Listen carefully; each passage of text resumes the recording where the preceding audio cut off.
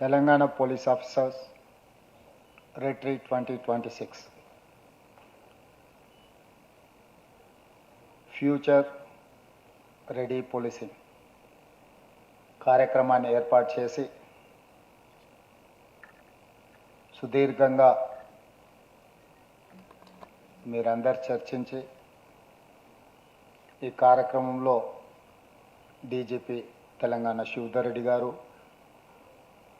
DGP Sabir Khan, శిఖా గోయల్ గారు, Telangana police academy director DGP Abhilash Bisht గారు, ఇతర ఉన్నతాధికారులు తెలంగాణ రాష్ట్రంలో ప్రజలు ఎదుర్కొంటున్న సమస్యలు, పోలీస్ శాఖకి తమ విధి నిర్వహణలో ఎదురవుతున్న సమస్యల్ని కూలంకషంగా చర్చించి ప్రజలకు మెరుగైన సేవలు అందించడం ద్వారా పోలీస్ శాఖ యొక్క గౌరవాన్ని పెంచడానికి మీరందరూ చేసిన ప్రయత్నాన్ని మనస్ఫూర్తిగా నేను అభినందిస్తున్నా.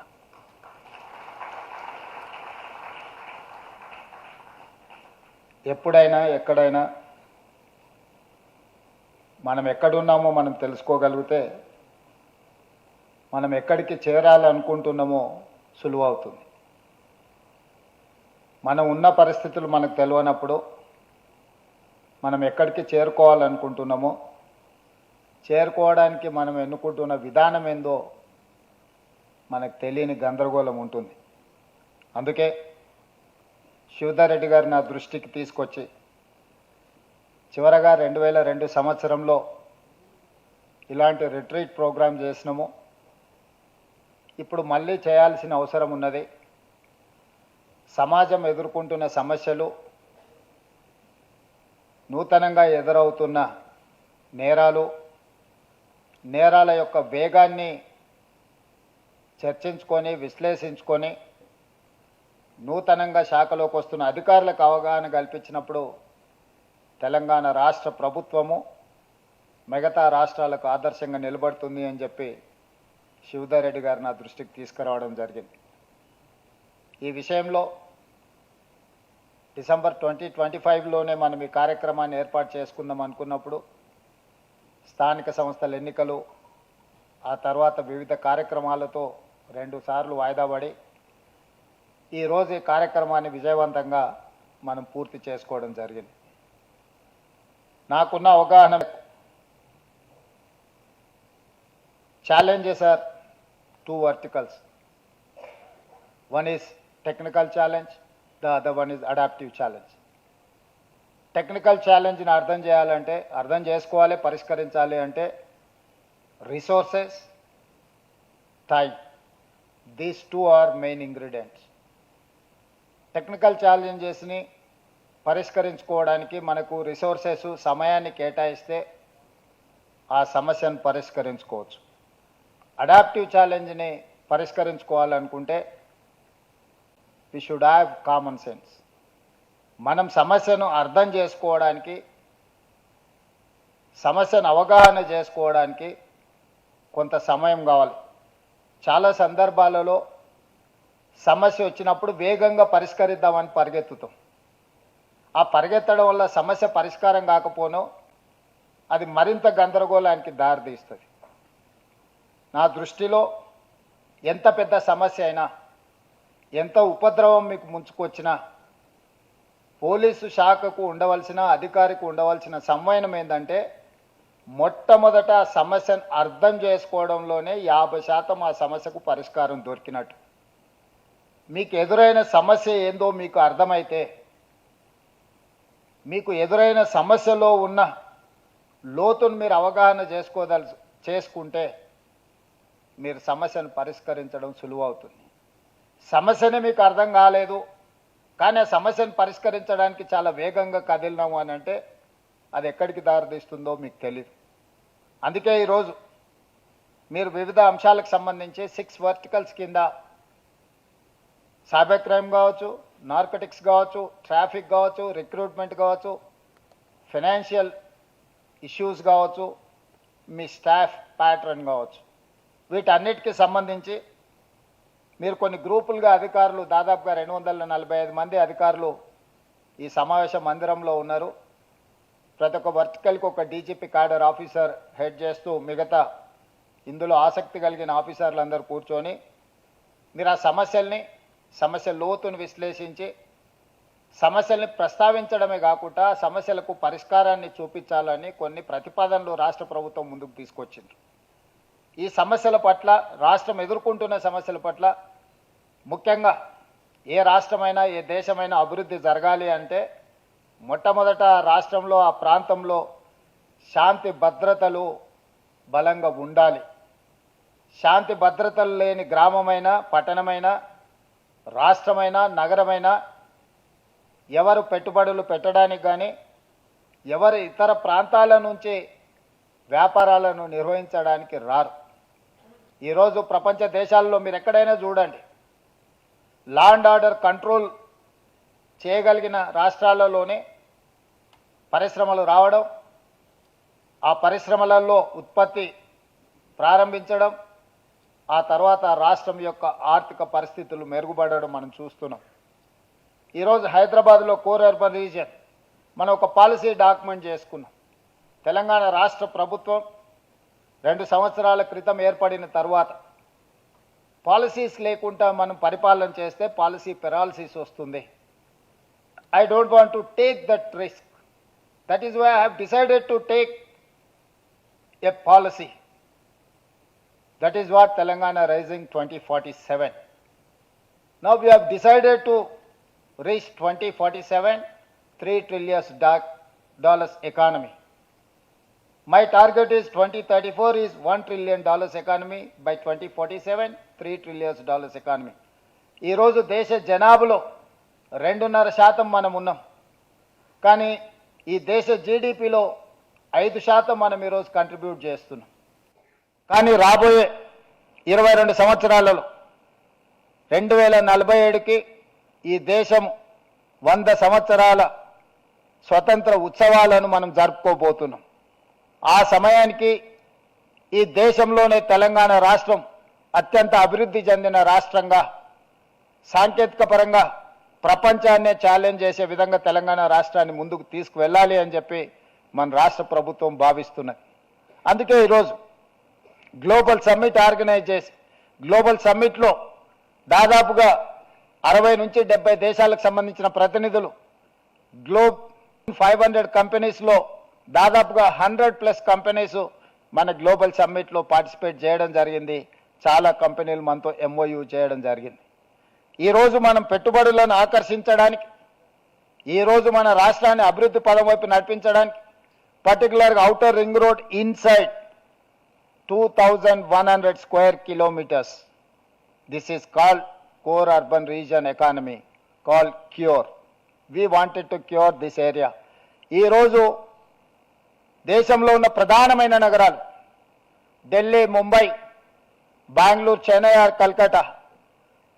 ఢిల్లీ అత్యంత కాలుష్యాన్ని ఎదుర్కొంటున్న నగరం, దేశ రాజధాని, political capital, Parliament is there, Supreme Court is there, all other institutions are there, but everything is shut down. Schools నుంచి మొదలు పెడితే పార్లమెంట్ వరకు ఢిల్లీలో సెలవులు ప్రకటించే పరిస్థితి వచ్చింది.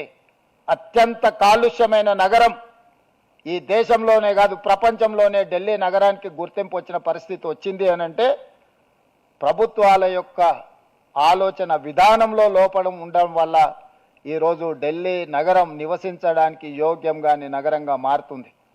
అదేవిధంగా బెంగళూరు, మీరు ఒకసారి బెంగళూరును చూడండి, one of the beautiful metropolitan city.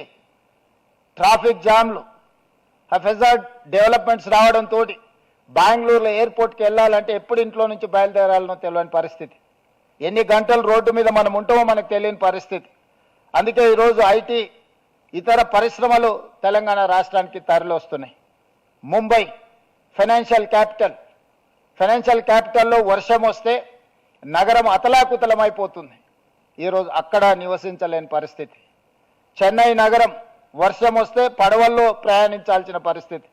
Calcutta గురించి నేను చెప్పాల్సిన పని లేదు, శాంతి భద్రతల నుంచి అక్కడ ఉన్న పొల్యూషన్, ట్రాఫిక్.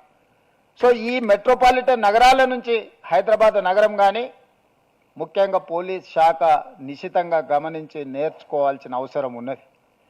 పొల్యూషన్ కంట్రోల్ చేయాలన్నా, ట్రాఫిక్ను స్ట్రీమ్ లైన్ చేయాలన్నా, న్యాచురల్ కెలామిటీస్ అడ్రస్ చేయాలన్నా, పోస్ట్ కోవిడ్ రిఫ్లెక్షన్స్ ఏమొస్తున్నాయి, కోవిడ్ తర్వాత జరిగిన క్లైమేట్ చేంజెస్ని మనం అర్థం చేసుకోవాల్సిన అవసరం ఉన్నది. That is the biggest challenge for us. Covid తర్వాత వస్తున్న పరిణామాలు, మన నగరాలలో నిర్మించిన ఇన్ఫ్రాస్ట్రక్చర్, 24 గంటలకు 2 సెంటీమీటర్ల వర్షం వస్తే తట్టుకోగలిగిన వ్యవస్థ మాత్రమే మన నగరాలలో మనం నిర్మించుకున్నాం. మన లెక్కంతా 24 గంటలలో 2 సెంటీమీటర్ల అత్యధిక వర్షపాతం వస్తుందని ఒక అంచనా వేసుకొని ఈ మెట్రోపాలిటన్ నగరాలలో మనకున్న డ్రైనేజ్ వ్యవస్థ కానీ, రోడ్ వ్యవస్థ కానీ, ట్రాఫిక్ సిస్టమ్ కానీ, everything we have made based on the 2 centimetres in 24 hours. కానీ పోస్ట్ కోవిడ్ తర్వాత మొన్న ఖమ్మంలో జరిగిన వర్షాలు, ఖమ్మంలో పనిచేసిన అధికారులు ఇక్కడ ఉండొచ్చు, విత్ ఇన్ 2-3 అవర్స్లో 39 సెంటీమీటర్స్ వర్షం వచ్చింది. హైదరాబాద్లో ఆల్మోస్ట్ 40 సెంటీమీటర్స్ వర్షం వచ్చింది with in 2 hours 3 hours. So మన ఎకో సిస్టమే రెడీగా లేదు.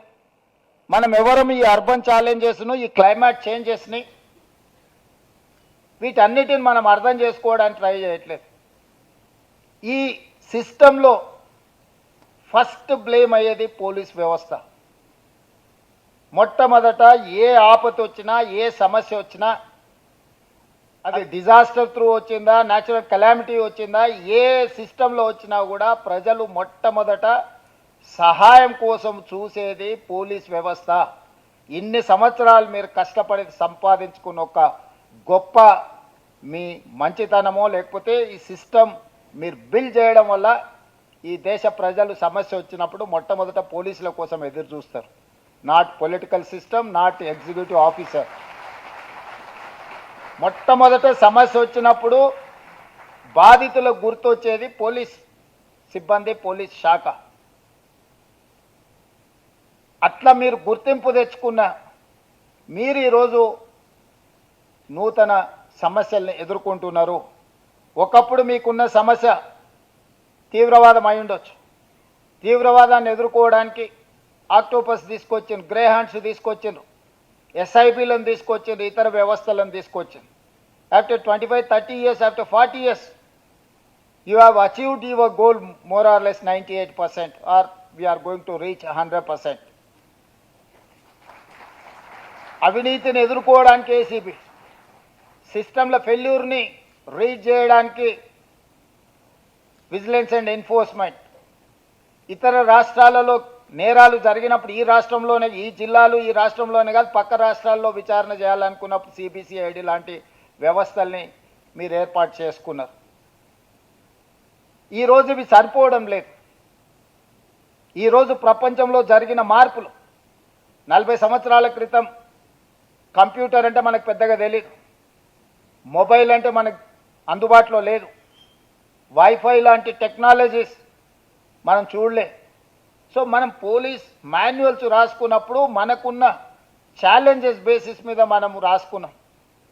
రాజ్యాంగం రాసుకున్నప్పుడు కూడా అత్యంత తీవ్రమైన నేరము మర్డర్ అండ్ రేప్ని ఒక సీరియస్ క్రైమ్ కింద చూసుకొని మనం పనిష్మెంట్స్ అన్ని based on that murder and rape మీద we have focus more and more on that murder and rape victims. కానీ ఇందులో మనం ఎక్కువ శిక్ష విధించే విధంగా మన విచారణ విధానాన్ని మొత్తం ఆ విధంగా ముందుకు తీసుకెళ్ళినాం.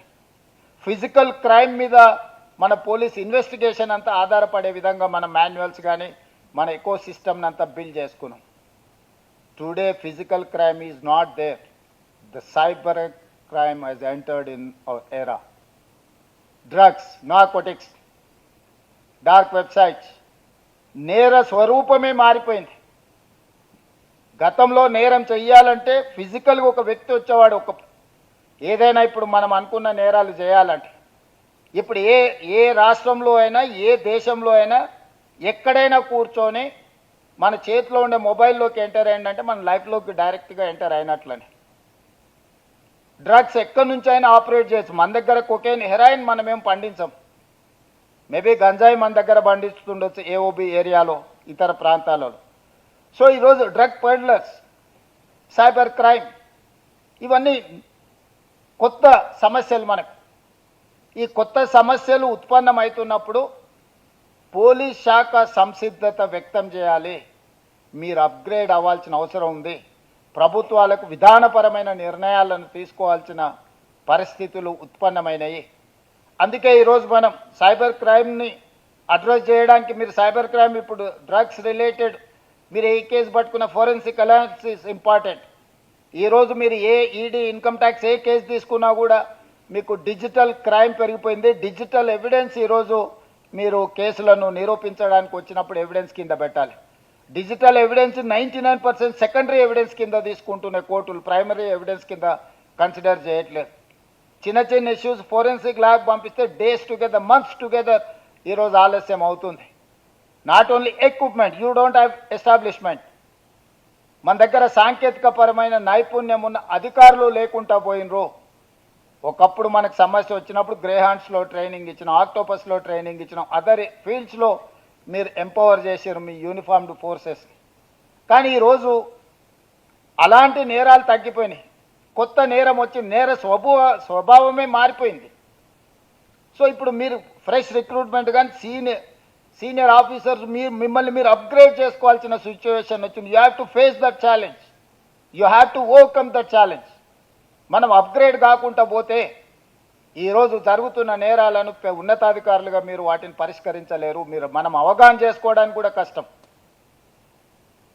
అందుకోసమే ఈ రిట్రీట్ ప్రోగ్రామ్ అనేది మనం ఈ ఇష్యూస్ని అన్నిటిని చర్చించుకోవడానికి మొట్టమొదట నా సూచన, మీరు చేసిన ఒక మంచి పని, మీకున్న సమస్యలు ఏందో మీరు గుర్తించారు అంటే 50% మీ సమస్యలకు మీరు ఆ సమస్యను గుర్తించడం ద్వారా ఈరోజు పరిష్కారం దొరికిందని ముఖ్యమంత్రిగా నేను భావిస్తున్నా.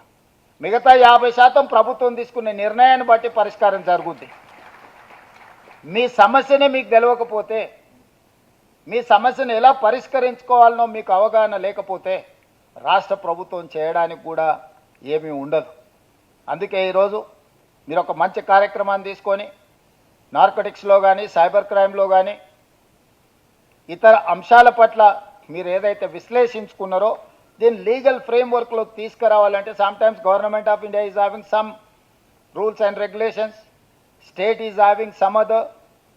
వీటిని కాంట్రడిక్ట్ కూడా కాకుండా చూడాలి. ఈరోజు ట్రాన్స్పోర్టేషన్లో గవర్నమెంట్ ఆఫ్ ఇండియా కొన్ని పాలసీస్ ఉన్నాయి, అదేవిధంగా నార్కోటిక్స్ రిలేట్ దాంట్లో వాళ్ళ కొన్ని ఇష్యూస్ ఉన్నాయి, సైబర్ క్రైమ్ రిలేట్లో ఇంకొక రకం ఉన్నది. సో ఈరోజు మీ వరకు లీగల్ ఫ్రేమ్ చేసుకుంటే మీ స్టేట్ వరకు మీరు ఎదుర్కొంటున్న సమస్యలు కరెక్టే. కానీ రేపు పొద్దుగాల దీన్ని చట్ట రూపంలో మార్చాల్సి వచ్చినప్పుడు ద్వారా నేరగాళ్ళు తప్పించుకోకుండా ఉండాలంటే ఇంకా దీన్ని పక్కడబందిగా లీగల్ ఫ్రేమ్వర్క్లోకి తీసుకురావాల్సిన అవసరం ఉంది. అందుకే నేను శివధర్ రెడ్డి గారికి సూచన చేస్తున్నా, నేను చీఫ్ సెక్రటరీ గారికి ఆదేశాలు ఇస్తా.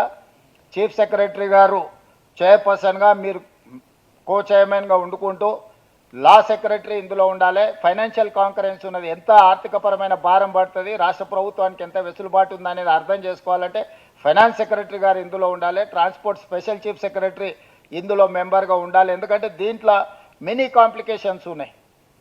సో వీటన్నిటికీ ఇప్పుడు నాకు ఏదైతే ప్రతిపాదనలు మీరు తీసుకొచ్చి ఇచ్చిందో, నేను ఒక చీఫ్ సెక్రటరీ ఆధ్వర్యంలో ఒక అధికారుల కమిటీని నియమిస్తాను. మీరు ఇక్కడ నా ముందు ప్రతిపాదించిన అంశాలను అన్నిటిని కూడా అందులో మీరు చర్చించండి.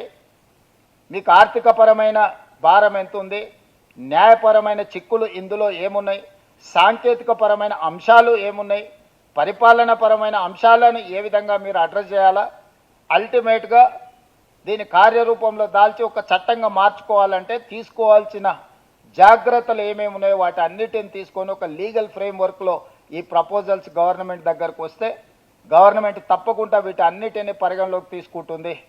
ఈరోజు మీ డిపార్ట్మెంట్లో ఏదైతే శాంక్షన్ పోస్టులు ఇంకా తక్కువ ఉన్నాయని మీరైతే ప్రతిపాదన ఇచ్చిండ్రో, ఇక్కడ నా సూచన ఒకటి, మన దగ్గర ఉన్న మండలాలు, ఎందుకంటే పోలీస్ వ్యవస్థ మండలం, ప్రతి మండలానికి ఒక పోలీస్ స్టేషన్ అనుకుంటున్నాం. ఆల్మోస్ట్ ఆ పైన డిఎస్పీలు కానీ లేకపోతే ఏసీపీలు కానీ, ఆ పైన మీకు జిల్లాలు, 3 లేయర్ సిస్టమ్ డిస్ట్రిక్ట్ లెవెల్లో ఉన్నది. ఒక మండలం 4 గ్రామాల మండలం ఉన్నది, ఒక మండలం 1,50,000 మండలం ఉన్నది. సో 4 గ్రామాలు ఉన్నదానికి ఈచ్ మండలం ఇంత పోలీస్ అని మీరు ఒక స్ట్రక్చర్ వేసుకుంటే దానివల్ల మీ సిబ్బందిని మీరు సరైన విధంగా వినియోగించుకోలేరు.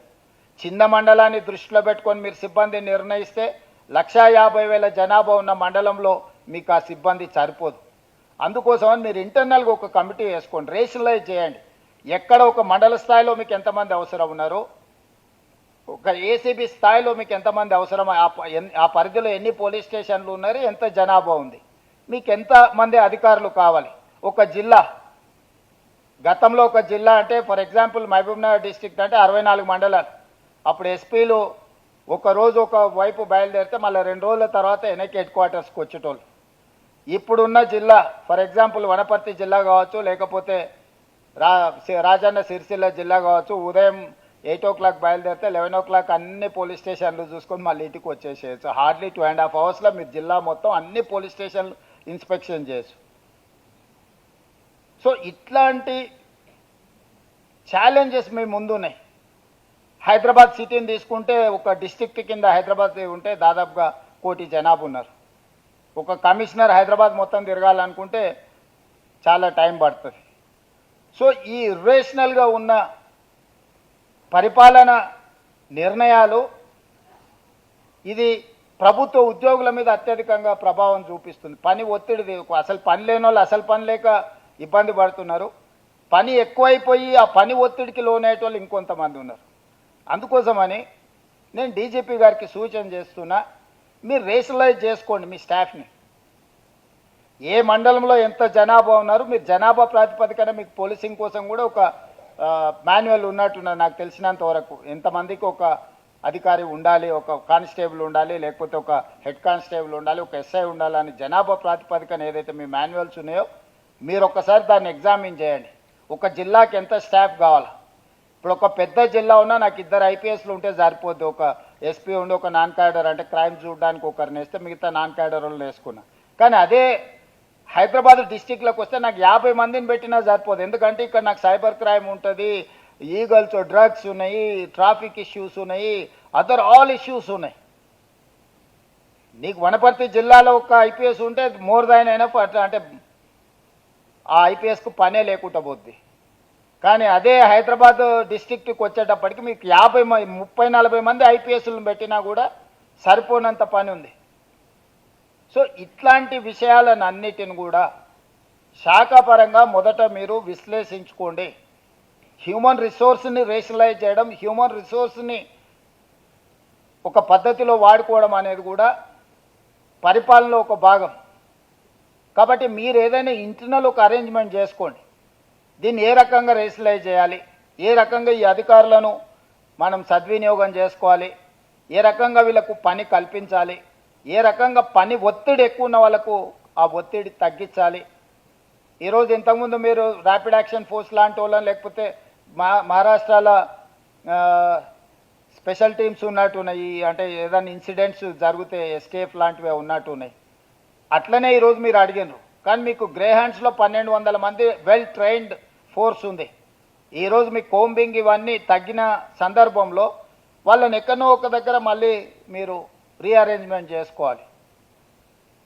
సో ఇట్లాంటి మీరు ఏదైతే శాంక్షన్డ్ పోస్టులు ఒక పర్పస్కి వాటికి డిఫైన్ చేసిన మీ సిబ్బంది ఉన్నారో ఆ పర్పసే మీరు పరిష్కారం అయిపోయింది, రిజాల్వ్ అయిపోయింది అంటుంది.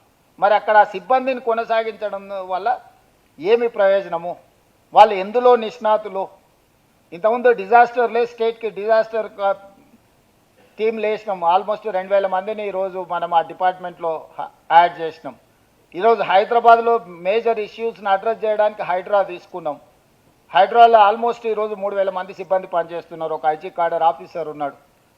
సో సిటీలో ఉన్న లేక్ ఎంక్రోచ్మెంట్, నాలా encroachment, government parks encroachment, roads అంటే ఆపరేషన్ రోప్ అండ్ రోడ్ల మీద ఉన్న రోడ్లను ఎంకరేజ్ చేసి ఫుట్పాత్లను ఎంకరేజ్ చేసిన వాళ్ళని అన్నింటిని తొలగించడానికి కూడా ఈరోజు మనం ట్రాఫిక్లో ఒక వ్యవస్థ తీసుకొచ్చినాం.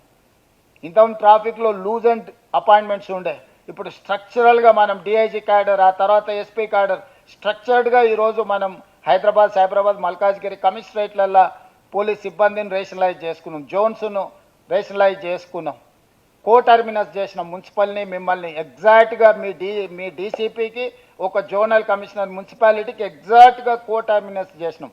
ఇంతకుముందు కోఆర్డినేషనే ఉండేది కాదు. Next electricity department, GST department, all departments I want to do with coterminous. లేకపోతే మీకు ఒకరికొకరికి అధికారులకు సమన్వయమే లేకుండా పోయింది. ఇంతకుముందు మీరు చాలా విషయాలు ఇన్ఫర్మేషన్ గురించి మాట్లాడినారు, అదంతా ఇన్ఫర్మేషన్ బయట ఎక్కడలేదు, విత్ ఇన్ ద డిపార్ట్మెంట్స్లోనే ఉంది. ఏసీబీ వాళ్ళు అడిగితే విజిలెన్స్ వాళ్ళు ఇన్ఫర్మేషన్ ఇయర్, విజిలెన్స్ వాళ్ళు అడిగితే లా అండ్ ఆర్డర్ వాళ్ళు ఇన్ఫర్మేషన్ ఇయర్, ఈ ముగ్గురు అడిగితే రెవెన్యూ డిపార్ట్మెంట్ ఇన్ఫర్మేషన్ ఇయర్.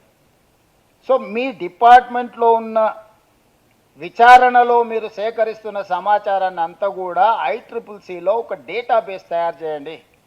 దానికి ఒక మంచి ఆఫీసర్, ఒక ఎఫెక్టివ్ ఆఫీసర్, ఒక టీమ్ని ఎస్టాబ్లిష్ చేయండి. సో స్టేట్లో ఉన్న సిస్టమ్ని అంతా పిరమిడ్ స్ట్రక్చర్లో తీసుకొచ్చి కమాండ్ కంట్రోల్ రూమ్లో ICCCలో మీరు ఒక డేటాబేస్ తయారు చేసి అక్కడికి అన్నీ కనెక్ట్ చేయండి. ఏ పోలీస్ స్టేషన్లో ఏ క్రైమ్ జరిగినా ఏదైనా డేటా అడగాలనుకున్నా జస్ట్ కమాండ్ కంట్రోల్ని రీచ్ అయితే they have to give within a minute. ఎందుకంటే మన దగ్గర టెక్నాలజీ ఉంది. You need not to depend on physical manual ఇదంతా. సో ఇది మన డిపార్ట్మెంట్లో within the department also there are many lapses. So వీటిని కూడా మనము ఈ రోజున్న సాంకేతికపరమైన పరిజ్ఞానాన్ని ఉపయోగించుకుంటూ డిపార్ట్మెంట్ను కూడా ఎంపవర్ చేసుకోవాల్సిన బాధ్యత మనందరి మీద ఉన్నది. దాంతోపాటు ట్రాఫిక్ అత్యంత పెద్ద సమస్య ఈరోజు సిటీలో ట్రాఫికే. ఫిజికల్ పోలీసింగ్ లేకుండా పోయింది, అది కూడా మనకు అవసరం. Seeing is belief. మనం కూర్చొని ఎన్ని చట్టాలు రాసినా ఎన్ని శిక్షలు అని చెప్పినా ఇంకా మనం అంతా అప్గ్రేడ్ అవ్వాలి. అమెరికా పోతే మనం ఒక పద్ధతిలో బిహేవ్ చేస్తాం, ఎయిర్పోర్ట్లో దిగంగానే మన పద్ధతి మారిపోద్ది, బయటికి రాగానే వాటర్ బాటిల్ రోడ్డు మీద వేస్తాం, అదే పనిగా అద్దం దించి రోడ్ పక్కన ఇసిరేసిపోతాం. అదే అమెరికాలో ఉంటే రోడ్ పక్కన వేసింది కూడా తీసి మనం బ్యాగ్లో పెట్టుకొని పోయి డస్ట్బిన్లో వేస్తాం. సో కల్చరల్ చేంజెస్ కూడా రావాల్సిన అవసరం ఉంది. ప్రజల బిహేవియర్ మారకుండా పోలీసింగ్ ఎంత చేసినా, ఎన్ని రకాలుగా మీరు చట్టాలు చేసినా it will take some time. ఒకప్పుడు కార్లకు బ్లాక్ టింట్ వేసుకున్నట్టు లోపల ఎవరున్నారో కనిపించి ఒక పీరియడ్ ఆఫ్ టైంలో మీరు అందరూ స్ట్రిక్ట్గా దాన్ని ఇంప్లిమెంట్ చేయడంతో ఇవాళ కారు కొనుక్కున్నవాడు కార్కు టింట్, గ్లాస్లకు టింట్ వేసుకుంటారని కూడా తెలియని పరిస్థితి వచ్చింది. ఒకప్పుడు డ్రంక్ అండ్ డ్రైవ్ ఇష్యూ లేదు, ఇప్పుడు డ్రంక్ అండ్ డ్రైవ్ ఇష్యూస్ కానీ ఇట్లాంటివి కొన్ని వచ్చినాయి. సో నా సూచన ఏంటంటే ఇక్కడ ఉన్న అధికారులకు స్టేట్ మొత్తం ఇక్కడనే ఉంది పోలీస్ డిపార్ట్మెంట్. సో ఈ రోజే స్వతంత్రం వస్తే ఈ రోజే పోలీస్ డిపార్ట్మెంట్ను ఒకవేళ ఏర్పాటు చేసుకుంటే రాబోయే 25 ఇయర్స్కి మనం ఎట్లా యాక్షన్ ప్లాన్ రెడీ చేసుకోవాలనుకుంటున్నామో మీరు దాన్ని ప్రిపేర్ చేయండి, దాని మీద మీరు డిస్కషన్ చేయండి. మీరు రిక్రూట్ చేసుకున్న దాంట్లో కూడా ఐటీ ప్రొఫెషనల్స్ ఉన్నారు చాలామంది. నేను IPS కానీ గ్రూప్ 1లో రీసెంట్గా సెలెక్ట్ అయిన వాళ్ళు అందరి వాళ్ళ బ్యాక్గ్రౌండ్ చూసిన, most of them are well qualified and technically sound. అతనికి ఎందులో నైపుణ్యం ఉందో అతన్ని వీలైనంత మేరకు అక్కడ ప్లేస్ చేయండి. దానివల్ల ఏమవుతుందంటే అతన్ని ఎంపవర్ చేయడానికి ఉంటుంది. అవసరమైతే అతన్ని ఇంకా ఫర్దర్ కోర్స్ చదువుకోవడానికి డిపార్ట్మెంట్ సపోర్ట్ చేయండి, డిపార్ట్మెంటల్ స్టడీ లీవ్ ఇవ్వండి, వాళ్ళని అప్గ్రేడ్ చేయండి. రీసెంట్గా మనం హార్వర్డ్ యూనివర్సిటీతో కూడా మరి చెన్నారెడ్డి నుంచి ఒక MOU చేసినాం. హార్వర్డ్ యూనివర్సిటీని మీరు ఎవరినో ఒకరినో ఇద్దరిని హార్వర్డ్కు పంపించడం కదా, Harvard University is going to come to Hyderabad. They are going to teach in మరి చెన్నార్ MCHRDలో వాళ్ళే స్వయంగా చెప్పి సర్టిఫికేట్ కోర్స్ కానీ వాళ్ళు ఇక్కడ ఉన్న మన వాళ్ళని ఎంపవర్ చేయడానికి వాళ్ళతో ఒక MOU చేసుకున్నాం. విత్ ఇన్ ఫ్యూ మంత్స్ అది అమలు జరగబోతుంది. అందుకోసం నా సూచన ఏంటంటే ఎప్పటికప్పుడు మనము ఉద్యోగం వచ్చిందని రిలాక్స్ అయ్యి ఆటో మోడ్లకు పోయినామంటే మనం సమాజానికి నష్టం చేసిన వాళ్ళే. ఇతర శాఖల వాళ్ళు ఆటో మోడ్లకు పోయినా నష్టం లేదు, కానీ పోలీస్ డిపార్ట్మెంట్ మాత్రం ఆటో ప్రమోషన్ అనేది ఎక్స్పెక్ట్ చేయకండి. ఆ లేట్ బ్యాక్ యాటిట్యూడ్ కూడా సమాజానికి తీవ్రమైన నష్టాన్ని చేస్తుంది. ఈరోజు ఈ సిటీ మన మొత్తం ఆదాయం ఈ కోర్ అర్బన్ రీజియన్లో 60% ఉందనంటే ఇక్కడ అన్ని రకాలుగా మీరు శాంతి భద్రతలను కాపాడుతున్నారు కాబట్టి అన్ని కార్పొరేట్ కంపెనీస్ ఈరోజు మనం చూడగలుగుతున్నాం. దారింబట్టి వెళ్తే కనిపించే ప్రతి కంపెనీ ఈరోజు వాళ్ళకు సేఫ్గా ఫీల్ అవుతుంది. ఏదైనా ఒక దేశాన్ని మనం పర్యటించడానికి, ఒక దేశంలో వ్యాపారం చేయడానికి పోతే ఫస్ట్ మనం ఫిజికల్గా సేఫ్ ఉన్నామా లేదా, తర్వాత ఇన్వెస్ట్మెంట్ సేఫ్గా ఉందా లేదా, తర్వాత ఇన్వెస్ట్మెంట్కు ప్రాఫిట్ వస్తుందా లేదా అని ఈ 3 ఫండమెంటల్స్ చూసుకుంటాం. ఈ 3 ఫండమెంటల్స్లో మీరు time and again police department పాత్ర ఉన్నది కాబట్టి ఈరోజు తెలంగాణ రాష్ట్రం దేశంలోనే ఒక మెరుగైన రాష్ట్రంగా గుర్తింపు పొందింది. కానీ ఇది సరిపోదు. మనం పెట్టుకున్న ఛాలెంజ్ ఇక్కడితో ఇది కాదు. మనం ఈరోజు పెట్టుకున్న టార్గెట్ 2034కి $1 trillion ఎకానమీ రీచ్ అవ్వాలనుకుంటున్నాం. ఈరోజు $200 billion ఎకానమీ మనం. సో ఈ టార్గెట్ను రీచ్ అవ్వాలి అని అంటే మనం అన్ని రకాలుగా మనం సంసిద్ధత వ్యక్తం చేయాలి. మనం అందరం కూడా ప్రిపేర్ అవ్వాలి. డిపార్ట్మెంట్ను ఎంపవర్ చేయడానికి బడ్జెట్ ఇవ్వడానికి నాకు ఎలాంటి ఇబ్బంది లేదు, ప్రొవైడెడ్ నేను ఇచ్చే నిధులు సద్వినియోగం జరుగుతున్నాయన్న నమ్మకం కలిగించాల్సిన బాధ్యత మీ మీద ఉంది. లావిష్గా స్పెండ్ చేసేంత లగ్జరీ మన దగ్గర లేదు. ఫ్రాంక్లీ స్పీకింగ్ మీకు అందరికీ తెలుసు, స్టేట్కు ఉన్న డెప్ట్స్ కానీ ఉన్న పరిస్థితులు కానీ, ప్లస్ నేను పెట్టుకున్న వెల్ఫేర్ కమిట్మెంట్స్ ఇంకా బరువైనవి. సో వీటన్నిటినీ సమన్వయం చేసుకుంటూనే మీకు నిధులు ఇవ్వాలి అంటే మీకు ఇచ్చే నిధులు సద్వినియోగం జరుగుతాయని ఒక నమ్మకం, విశ్వాసం, దీన్ని చట్ట రూపంలో కూడా మీరు మార్చుకోవాలి. అట్లా మార్చుకున్నప్పుడు తప్పకుండా మీకు అనుమతులు వస్తాయి, మీకు నిధులు వస్తాయి, మీకు చట్టంలో రక్షణ కల్పించబడుతుంది. ఎవరైతే అధికారులు, నాకు తెలిసి 90% ఇక్కడ ఉన్న అధికారులు ఎవరికి 2 సంవత్సరాలు ఎవరు పైరవి చేసిన వాళ్ళు కానీ ఎవరు పోస్టింగ్ ఏడొస్తుందో టీవీలోనే చూసుకొని ఉంటారు తప్ప ముందుగాల పలానా అధికారికి పలానా పోస్టింగ్ వస్తుందని నాకు తెలిసి పోస్టింగ్లు వేసేటప్పుడు మాట్లాడిన శివధర్ రెడ్డి గారికి నాకు చీఫ్ సెక్రటరీ గారికి తెలిసి ఉండొచ్చు తప్ప ఈవెన్ పొలిటికల్ ఎగ్జిక్యూటివ్స్ కానీ ఎగ్జిక్యూటివ్ ఆఫీసర్స్ కానీ ఎవరికి తెలియదు. నేను 3 కేటగిరీస్ కింద ప్రొఫైల్ బిల్డ్ చేసి పెట్టుకున్న మీ ఆఫీసర్లు అందరు, A category, B category, C category. నేను ఇంకా ఎక్కువ వాళ్ళ గురించి ఆలోచన చేయాల్సిన పని లేదు. నాకు ఆ పేరు చెప్తే ఆటోమేటిక్గా అతను ఏ కేటగిరీలో ఉన్నాడో నాకు తెలుస్తుంది. నేను ఎస్పీ వేయాలనుకున్నప్పుడు ఎవరిని వేయాలా, నెక్స్ట్ లెవెల్ ఆఫీస్ మేనేజ్మెంట్లో ఎవరిని వేయాలా, ఖాళీగా ఎవరిని కూర్చోబెట్టాలని 3 కేటగిరీస్ కింద నేను ఆల్రెడీ డిఫైన్ చేసి పెట్టుకున్నాను. I may be wrong, I may be right, but I have a data. మీకు కూడా నేను చెప్పేది ఏంటంటే డేటా లేకుండా, డేటాని ఎనాలిసిస్ చేయకుండా మీ టార్గెట్స్ను మీరు పెట్టుకోలేరు, మీ టార్గెట్స్ను మీరు రీచ్ అవ్వలేరు. మీరు డిఫైన్ చేసుకోండి మీకు ఇచ్చిన జాబ్ని, మీ సమస్య ఏందో అర్థం చేసుకోండి. దానికోసం మీ అన్లెస్ అంటిల్ డేటా మీ దగ్గర ఉంటే తప్ప మీరు టార్గెట్ని పెట్టుకోలేరు. టార్గెట్ని పెట్టుకోకపోతే మీకు నాకు ఇద్దరికి అర్థం కాదు. ఇప్పుడు నేను 100 మార్కులకు పరీక్ష రాస్తేనే అందులో నాకు 35 వస్తే పాస్ అయినా, లేదా 20 వచ్చినా 30 వచ్చినా నా గ్రేడ్ ఎక్కడుందో నాకు తెలుస్తుంది. నేను నా టార్గెటే 100 మార్కులకు పరీక్ష రాస్తున్నా, 1000 మార్కులకు పరీక్ష రాస్తున్నా నాకు తెలియకపోతే నాకు ఏ మార్కులు వచ్చినా కూడా నా ఏ ర్యాంకు నాకు తెలియదు. మీకు కూడా మీరు టార్గెట్ అనేది ఫిక్స్ చేసుకోకుండా మీరు ఏ ఎగ్జామ్ రాసినా కూడా there is no point, you don't get any rank. So మీరు ఎక్కడైతే మీ బెంచ్ మార్క్ డిసైడ్ చేసుకుంటున్నారో ఆ బెంచ్ మార్క్లో మీరు ఎక్కడికి రీచ్ అయినారో మీకు తెలుస్తుంది. నేను వెరిఫై చేయాల్సిన పని లేదు. మీ సొంతానికైనా మీరు ఇక్కడ బెంచ్ మార్క్ పెట్టుకుంటే ఇక్కడికి వచ్చినా, ఇక్కడి వరకు చేరినరా, 100% రీచ్ అయినరా. ప్రతి డిపార్ట్మెంట్ను లీడ్ చేసే అధికారులకు ఆ కిందున్న వాళ్ళకు ఒక టార్గెట్ ఇవ్వండి. ఆ కిందున్న వాళ్ళకు వాళ్ళ సమస్యలు ఏంటో అర్థమయ్యేటట్టు చెప్పండి. ఆ సమస్యలను పరిష్కరించడానికి వాళ్ళకి అవకాశం ఇవ్వండి, కొంత స్పేస్ ఇవ్వండి. They have to understand. వాళ్ళని అర్థం చేసుకోవడానికి కొంత సమయం ఇవ్వకుండా మనం ఒత్తిడి చేసినామంటే ఆ గందరగోళంలో ఒకటి చేయడానికి ఇంకొకటి చేసే అవకాశం ఉంటుంది. ఎందుకంటే యూనిఫామ్డ్ ఫోర్స్లో వన్ సైడే ఉంటుంది. మన్ కీ బాత్ రేడియోలో వన్ సైడే వినాల్సి వస్తుంది. మనం వెనక్కి చెప్పడానికి ఏముండదు, మీకు తెలుసు కదా. పెద్దసారి మన్ కీ బాత్లో ఆయన చెప్పేదంతా మనం వినాల్సింది. మీరు కూడా అట్లా మన్ కీ బాత్ కింద వాళ్ళకి చెప్పేది కాబట్టి కింది నుంచి కూడా పుష్ అండ్ పుల్ పెట్టుకుంటే దానివల్ల మీకు ఉపయోగం ఉంటుంది.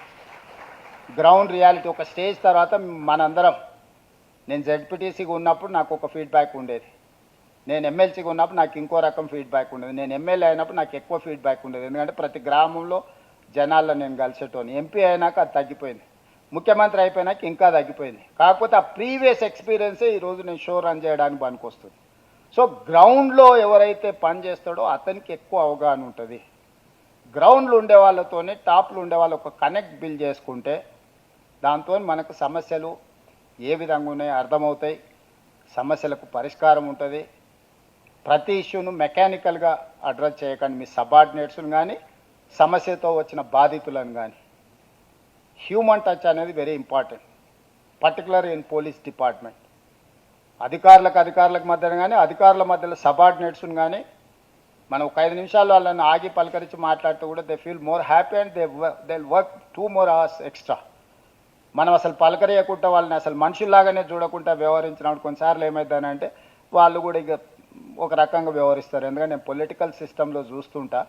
సో ఎక్కడైనా మనందరం మనమే కాబట్టి మనకు ఒక హైరార్కీ సిస్టంలో పనిచేసేటప్పుడు ఇవి ఉంటాయి. నేను ఉన్నతాధికారులకు నా సూచన, మనతో పనిచేసే సిబ్బందిని, వాళ్ళ గౌరవాన్ని, వాళ్ళ మర్యాదను, వాళ్ళ అవసరాలను మనం గుర్తెరిగి వాళ్ళకి చేయగలిగినంత సాయం చేస్తే వాళ్ళు 100కి 120% మన కోసం పనిచేస్తారు.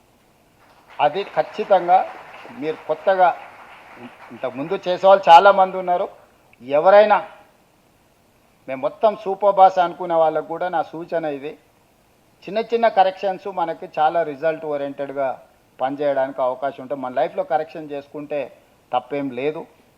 నేను ఇప్పటికి కూడా సర్పంచులతో వాళ్ళతో మాట్లాడి వాళ్ళు ఇచ్చే ఫీడ్బ్యాక్ తీసుకొని నన్ను నేను అమాండ్ చేసుకుంటుంటా. అప్పుడప్పుడు ఏదైనా నిర్ణయం తీసుకున్నా కూడా కరెక్షన్ చేసుకుంటుంటా. కరెక్షన్ చేసుకుంటే బెటర్ రిజల్ట్ వస్తుంది. బెటర్ రిజల్ట్ ఉంటే అది మనకే గుర్తింపు వస్తుంది. దాంట్లో మనకు వచ్చే నష్టం ఏం లేదు. వినడం అనేది అత్యంత కీలకమైన విషయం.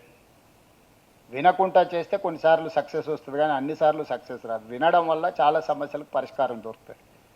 చాలామంది వింటే మా సమస్యకు పరిష్కారం దొరికిందని సంతోషంగా కూడా వెనక్కి వెళ్తారు. కాబట్టి ఇక్కడ ఉన్న అధికారులందరినీ, నూతనంగా జాయిన్ అయిన వాళ్ళకి మరీ ముఖ్యంగా ఇది ఎక్కువ ఉపయోగపడతానికి 20-30 సంవత్సరాలు ఇంకా మీరు ఫీల్డ్లో ఉండాల్సిన వాళ్ళు ఉన్నారు, ప్రజలతో పనిచేయాల్సిన వాళ్ళు ఉన్నారు. జాబ్ వచ్చింది కాబట్టి సమాజంతో నాకు ఏం సంబంధం లేదనుకోకండి. ఇంకా మీ బాధ్యత పెరిగింది. మీరు ఇండివిజువల్గా ఉన్నప్పుడు మీ ఫ్యామిలీనే రెస్పాన్సిబిలిటీ. మీరు ఒక హోదాలో వచ్చిందంటే మీ ఏరియాలో ఉన్న ఎవరికి ఏ సమస్య వచ్చినా కూడా దాంట్లో మీ పాత్ర ఉంటుంది. కాబట్టి జాగ్రత్తగా ముందుకు వెళ్ళండి. ఇది మంచి కార్యక్రమం. ఎవ్రీ ఇయర్ కంటిన్యూ చేయడానికి జస్ట్ 11th అవర్లో ఈరోజు మార్చిలోకి వచ్చేసి మీరు బడ్జెట్ అడిగినా ఆల్రెడీ నా బడ్జెట్ ప్లానింగ్ అయిపోయింది. సో మొత్తం భోజనాలు అయిపోయినాయి. ఖాళీగా ఉన్నప్పుడు మీరు వచ్చి భోజనం అడుగుతున్నారు. సరే, మరి వాళ్ళ దాంట్లో వీళ్ళ దాంట్లో ఏమైనా కొంచెం తగ్గించి ఏమైనా పెట్టడానికి వడ్డించడానికి అవకాశం ఉంటే తప్పకుండా చూస్తా. ఏదున్నా ఇది డిసెంబర్లోనే చేసుకుంటే I'll get some time, some space to create some value. So ఈ సంవత్సరం ఇట్లున్నా వచ్చే సంవత్సరం శ్రీధర్ రెడ్డి గారు ఎవరున్నా అధికారులకు మ్యాండేట్గా డిసెంబర్ మంత్లో మనం ఈ ప్రోగ్రామ్ తీసుకునేటట్టు ఒక సిస్టమ్ని, ఒక ప్రాక్టీస్ని డెవలప్ చేయండి. దాంతో ఏంటంటే ఎవ్రీ డిసెంబర్ వచ్చినప్పుడు ఆటోమేటిక్గా రిట్రీట్ ప్రోగ్రామ్ జరుగుతూ ఉంటే నెక్స్ట్ 2-3 మంత్స్లో బడ్జెటరీ ప్లాన్ చేసుకునేటప్పుడు మేము కూడా డిపార్ట్మెంట్స్కు పుష్ చేయడానికి ఉంటుంది. ఏదైనా పాలసీ చేసి చట్టం చేయాలనుకున్న బడ్జెట్ సెషన్స్లో మాకు యాక్ట్ చేయడానికి కొంత వెసులుబాటు దొరుకుతుంది. ఎందుకంటే లీగల్ కన్సెన్సెస్ బిల్డ్ చేయకుండా మనం ఏదైనా చేస్తే సింపుల్గా కోర్టుకు పోయిన తర్వాత స్ట్రైక్ ఆఫ్ అయితే అది మీకు కానీ ప్రభుత్వానికి కానీ ఉండదు. యాక్చువల్గా మనం డిసెంబర్లోనే అనుకున్నాం, వివిధ కారణాల చేత డీలే అయింది.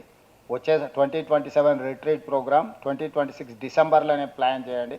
2027లో మనం అడాప్ట్ చేసుకొని ముందుకు వెళ్దామని అధికారులందరికీ తెలియజేస్తూ మరొకసారి నిర్వాహకులను మనస్ఫూర్తిగా అభినందిస్తూ, అభిలాష్ బిస్ట్ గారు బాగా రిస్క్ తీసుకొని ప్రోగ్రామ్ ఆర్గనైజ్ చేసిండ్రు.